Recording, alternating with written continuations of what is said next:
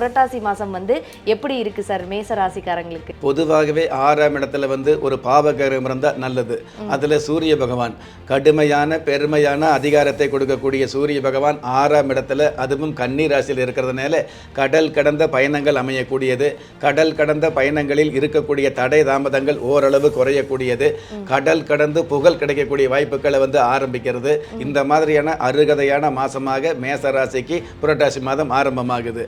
இந்த 6ஆம் இடத்துல சூரிய பகவான் இருக்கிறதே வந்து பார்த்தீங்கன்னா அரசியல் ரீதியான வகையில் காரிய வெற்றி கிடைக்கக்கூடியது, அரசியல் ரீதியான வகையில் ஆதரவுகள் கிடைக்கக்கூடியது.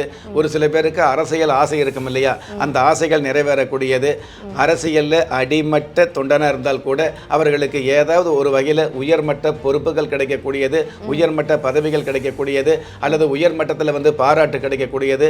இந்த மாதிரி விஷயங்கள் எல்லாம் இந்த புரட்டாசி மாதத்தில் நடக்கக்கூடிய பாக்கியங்கள் அதிகம் வந்துட்டு இருக்குது.